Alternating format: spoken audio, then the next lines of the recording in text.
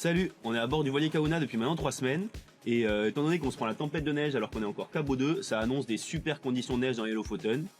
Mais en attendant, on va revenir un peu plus d'un an en arrière pour voir comment on prépare une expédition de 5 mois, tout l'entraînement qu'on a dû faire, tout ce qu'on a dû mettre en œuvre pour en arriver là.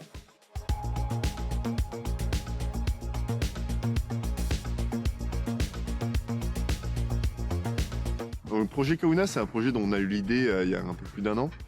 Au début, ça avait ni ce nom-là, ni cette destination-là. On voulait partir au Groenland pour faire du ski de randonnée et de l'escalade.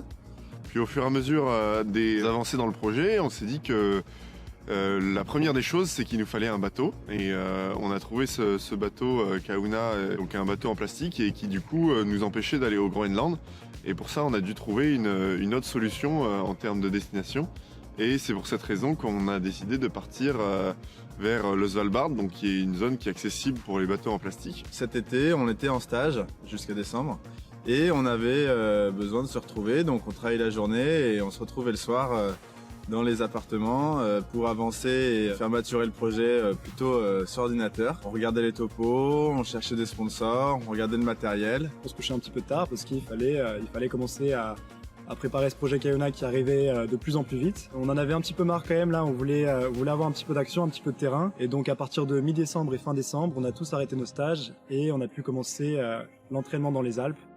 Dans les Alpes, on a quand même un peu rappelé celle des Pyrénées, mais c'était un peu lié à un mois de janvier exceptionnel. Très rapidement, il a fait beau sans aucune précipitation pendant tout le reste du mois, quoi. Ça c'était cool parce qu'on a pu faire plein de sorties sans trop s'inquiéter de la météo, sans se retrouver dans des mauvaises conditions. Par contre la neige, c'est vrai qu'on avait plus la sensation d'être dans une neige de printemps régulièrement et qui fondait pas mal. Par contre moi j'étais un peu gronchon, j'ai fait un petit coup de gueule parce qu'ils n'avaient pas pris le temps de faire la formation ARVA, donc en tant que responsable sécu de l'expédition, j'ai fait papa pas content, vous allez plus en montagne si vous faites pas de formation ARVA, donc on a pris le temps de faire ça.